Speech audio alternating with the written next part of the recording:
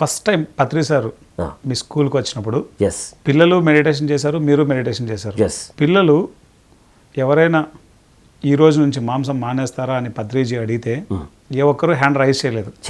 కానీ మీరు మాత్రం నేను చేశాను. మీరు చేశారు. ఏమి ఆ ప్రేరణ? మీరు ప్రేరణ ఉంచి కాదు, ఇక్కడ ఏంటంటే ఎవరు ఎత్తలేదు, ఏం మాస్టర్ మీరు కూడా ఎత్తరా అన్నాడు. నేను ఎడవ దీన్ని చూసింది కదా. ఓకే.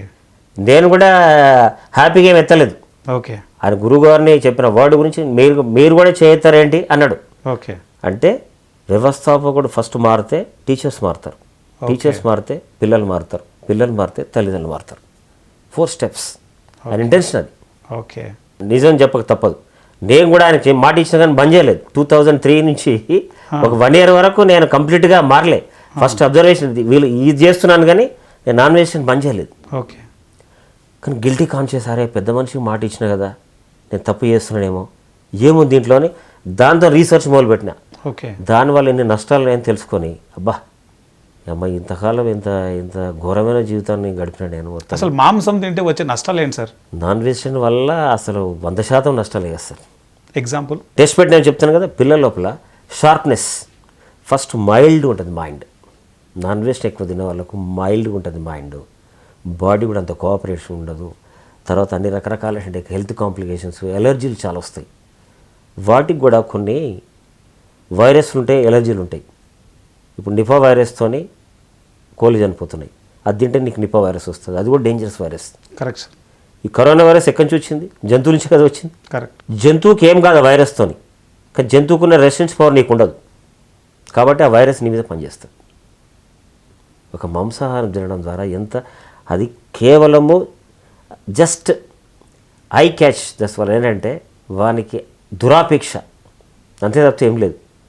అదే కందిపప్పు చేస్తే ఎంత డైజెషన్ అయిపోయి ఏ రకంగా ఉంటుంది. It will take 3 to 4 hours time తీసుకుంటుంది. డైజెషన్ కానప్పుడు నీకు మైండ్ సెట్లో బాగుంటుంది, బాడీ డల్గా ఉంటుంది, డ్రౌజినెస్ ఉంటుంది. నాన్ వెజిటేరియన్ వల్ల భయంకరమైన దుష్ఫలితాలు తప్పితే మంచి ఫలితాలు అసలు ఉండవు. ఉమెన్ ఎక్కువ చూడండి షాప్ ఉంటారు వాళ్ళు. 90% మామూలుగా కూడా నాన్ వెజిటేరియన్స్ ఉంటారు వాళ్ళు. నాన్ వెజిటేరియన్ ఫ్యామిలీస్లో కూడా చాలామంది ఉమెన్ టచ్ మీ నాట్ ఉంటారు వాళ్ళు.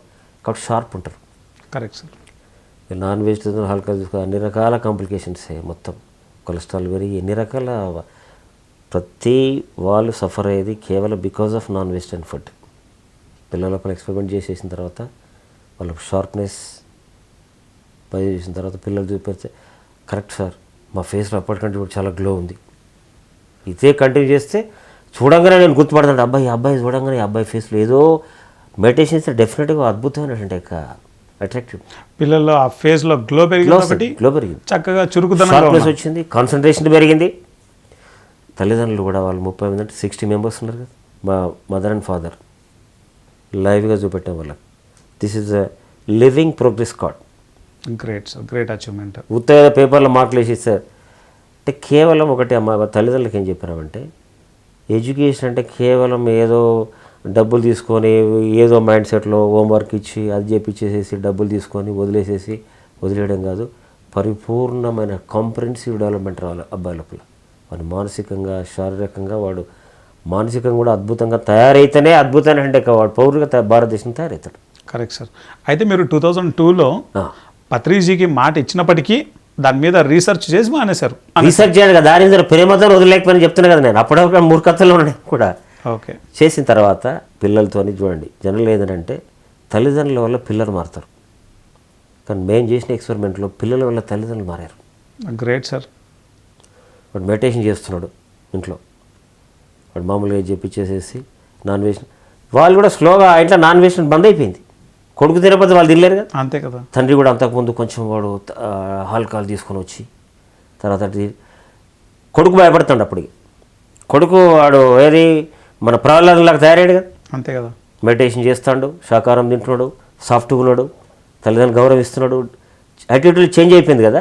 ఈ చేంజ్ అయిపోవడం ద్వారా స్పిరిచువాలిటీ ఆటోమేటిక్గా ఎంటర్ అయిపోయింది వాళ్ళ లోపల. తండ్రి అంతకుముందు వాడు రోజు ఆగి రావడము, భార్యను కొట్టడము, తిట్టడము, ఇటువంటి కార్యక్రమాల లోపల వాడు కొడుకుని చూసి భయపడే అసలు బాబు అక్కడ మెడిటేషన్ చేస్తాడు చేసేసిన వాళ్ళే వాళ్ళు లేనప్పుడు ఏమన్నా అవసరం నన్ను తిట్టు. లాస్ట్ నేను ఎందుకు తిట్టాలి అక్కడికి వచ్చింది పరిస్థితి. పత్రికారు వచ్చి ఒక 2 నిమిషాలు చెప్పినటువంటి చిన్న దానివల్ల అంటే కేవలం ఒక స్పిరిచువల్ మాస్టర్ అని అనుకుంటాను, ఒక అహింసావాది అని. జనరల్గా కైలాస్ సత్యార్థి గారు అనాథ పిల్లలను ఎట్లా బానిసలుగా చేస్తున్నారు అనే దాని మీద ఆయనే కొంచెం పోరాటం చేశాడు. అవును సార్. చేస్తే ఆయనకి మలాలా అనే ఒక పాకిస్తానీ గర్ల్ విద్య గురించి టెర్రరిస్టులతో పోరాటం చేసింది. ఒకటే ఒక ఇన్సిడెంట్. ఈయన పిల్లలు బానిసత్వంలో ఉండకూడదు, అనాథ బాలలు ఉండకూడదు, పిల్లలు ఇళ్లలో పని చేయించద్దు అనేటువంటి ఆ సబ్జెక్ట్ని తీసుకొని బేసికల్లీ ఆయన ఇంజనీర్. ఆయన ఇంజనీర్గా వచ్చేసి ఏమొస్తుంది, సాటిస్ఫాక్షన్ లేని లైఫ్ ఉంటుంది కదా. వచ్చిన తర్వాత ఈ సబ్జెక్ట్ తీసుకొని చేస్తే ఇదో ఆయనకి ఏది నోబెల్ బహుమతి వచ్చింది.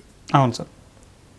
పత్రికారు మనం అనుకుంటున్న ఒక మెడిటేషన్ కాదు, మహాత్మా గాంధీ తర్వాత శాకాహారం మీద అహింసా సిద్ధాంతాన్ని బోధిస్తాడు. అది ఇండైరెక్ట్గా సొసైటీకి వెళ్ళిపోతుంది. మనం చాలామంది తెలియని విషయం, పశువులను చంపడం అంటే అది హింసా విధానం కదా సార్. అంతే కదా సార్.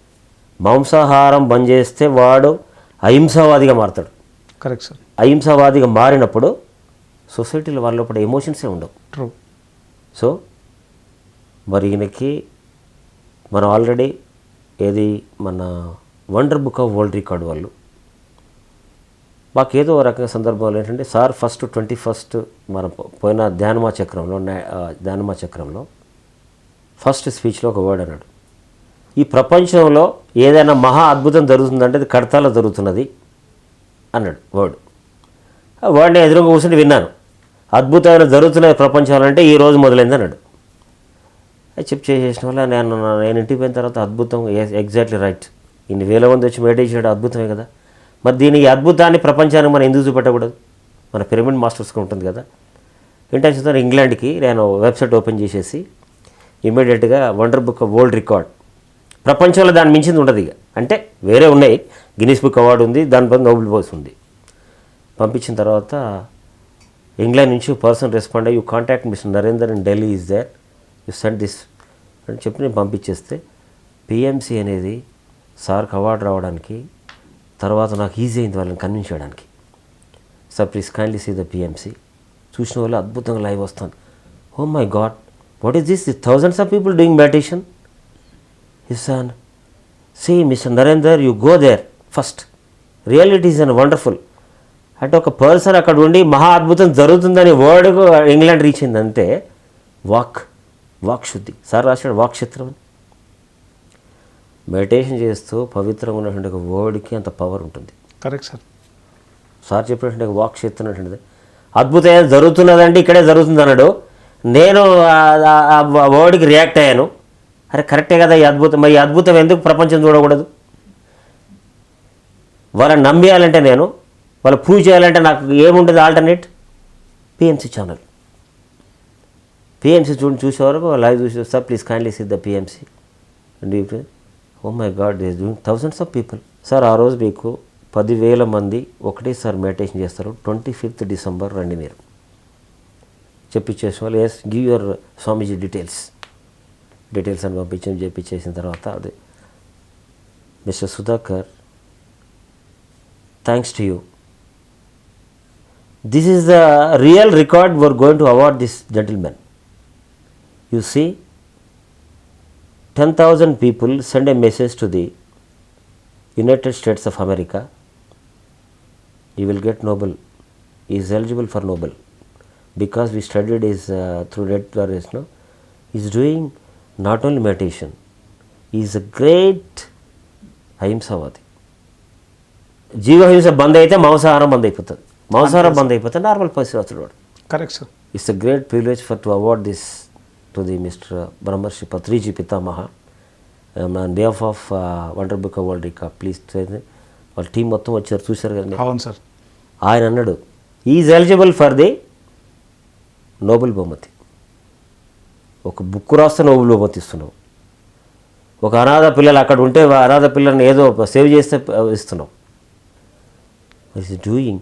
ఎంతోమంది మెడిటేషన్ ద్వారా వాళ్ళకు ఉన్నటువంటి అంతకుముందు సూసైడ్ చేసుకొని చచ్చిపోతేనే లాభం లేనన్నాడు వచ్చి మా ఎస్ఆర్ నగర్లో వచ్చినాడు. అటువంటి వాళ్ళు మెడిటేషన్ చేసి నేను చచ్చిపోవాలి, అబ్బా ఇంత అద్భుతమైనటువంటి సొసైటీ అని చెప్పి చచ్చిపోతున్న మనిషి ఎంతో ఆనందంతో వాడు బ్రహ్మానందాన్ని అనుభవిస్తున్నటువంటి యొక్క క్రియేట్ చేసేటువంటి ఒక సిచ్యువేషన్ క్రియేట్ చేశాడు. Great sir. అహింసా సిద్ధాంతం, మహాత్మా గాంధీ అహింసా సిద్ధాంతాన్ని ఏర్పడకుండా దాన్ని చేసేటువంటి ఒక గొప్ప వ్యక్తి మన పత్రిజీ గారు. మనం ఒక మెడిటేషనే అనుకుంటున్నాం. Correct sir. అహింసా సిద్ధాంతం అది. మహాత్మా గాంధీ అహింసా సిద్ధాంతం పితామహ ఆయనే, జాతి పిత ఆయనే, పితామహ ఆయనే, ఈక్వల్ కోఆర్డినేట్స్ చూడండి. అవును సార్. ఆయన ఏమన్నాడంటే this is only just drop to, ఆయన ఒక నీటి బిందువు లాంటిది ఇది. హానర్ దిస్ నోబెల్ బహుమతి ఈజ్ ఎలిజిబుల్ ఫర్ హిమ్ చెప్పాను. వాళ్ళు అంటే దానికి సంబంధించిన అంటే టోటల్గా మన పిరమిడ్ మాస్టర్స్ అట్లీస్ట్ ఒక 10,000 మంది అది ఐక్యరాజ్య సమితి వల్ల అవార్డు చేస్తారు దానికి మన దాన్ని ప్రజెంట్ చేసేస్తే రికార్డ్ అయిపోయి డెఫినెట్గా ఈ విల్ 10,000 మంది ఒక్కసారి వాళ్ళకి SMS ద్వారా వాళ్ళ దాని ద్వారా వెళ్ళింది అనుకోండి, అప్పుడు ఈ know what is Patriji, what is doing in India. Correct sir. అహింసా సిద్ధాంతం ఎంత మహాత్మా గాంధీ తర్వాత ఎంత వర్క్ చేస్తున్నాడు. అవును sir. How is the face struggles నుంచి ఎంతమంది ఆత్మహత్య చేసుకొని చచ్చిపోతున్న వాళ్ళు ఎంతవరకు ఉన్నాడు. నేను ఉద్యోగం లేదు, నో ప్రాబ్లం, ఏదైతే గదే, ఏదైతే ఉద్యోగం లేకుంటే ఏముంది, ఎట్లా హౌ లీడ్ ద లైఫ్ అంటే వాడు సైకలాజికల్ టెన్షన్స్ పోతున్నాయి, వాడు సాటిస్ఫాక్షన్ లైఫ్ లీడ్ చేస్తున్నాడు, వాడు 10 మందికి హెల్ప్ చేస్తాడు, ఒక్కడు కనీసం ఒక 10 మందికి. Correct sir. ప్రతి వాడు నేర్చుకున్న విద్యను వాని దగ్గరనే దాచిపెట్టుకుని ట్రై చేస్తాడు వాడు. అవును సార్. ద్రోణాచార్యుడు అంతే కదా, అవును. దాచిపెట్టి కర్ణుని చెప్పలే, ఏకలవ్యుని చెప్పాడా, చెప్పలే. చెప్పి వాడు స్వతహాగా నేర్చుకుంటే కూడా గురుదక్షిణ కింద ఏం చేశాడు, బొటనవేలు తీసేశాడు. మన పత్రి గారు ఎవడైతే మెయింటైన్ చేస్తాడో వాడిని హక్కు చేసుకుంటాడు, వాడు మహానుభావుడు అంటాడు, వాడిని గౌరవిస్తాడు, వానికే శాలు కప్పుతాడు. అవును. ఆయన కప్పుకుంటాడు, ఎదుటని కప్పిస్తున్నాడు. నువ్వు ఆత్మజ్ఞానం అయితే ఆయనకి ఏమైనా వస్తుందా, ఆయన బంధువా, ఏం లేదు, నీకేమైనా వస్తుందా? సప్పుడే ఆరామొడిషన్ కాకుండా మానవ జన్మ అనేది చాలా ఉత్కృష్టమైనది. ఇలా వచ్చి అలా చనిపోతే, ఇట్లా మహాత్మా గాంధీ పుట్టినప్పుడు కొన్ని కోట్లాది మంది పుట్టిన చచ్చిపోయారు. సొసైటీ వాళ్ళని గుర్తుపెట్టుకుందా? బ్రహ్మర్షి క్లాస్మేట్స్ చాలా కొన్ని వందల మంది ఉంటుంటారు ఆయన సమకాలీకులు, ఎవరికైనా తెలుసా వాళ్ళు? బ్రహ్మర్షి పత్రిజీ ఇన్ ద యూనివర్సల్లో ఉన్నాడు. అంటే మనిషి అనేవాడు అలాగ జీవించాలి, అలా ఆ ఎడ్యుకేషన్ అనేది అలా తయారు చేస్తుంది.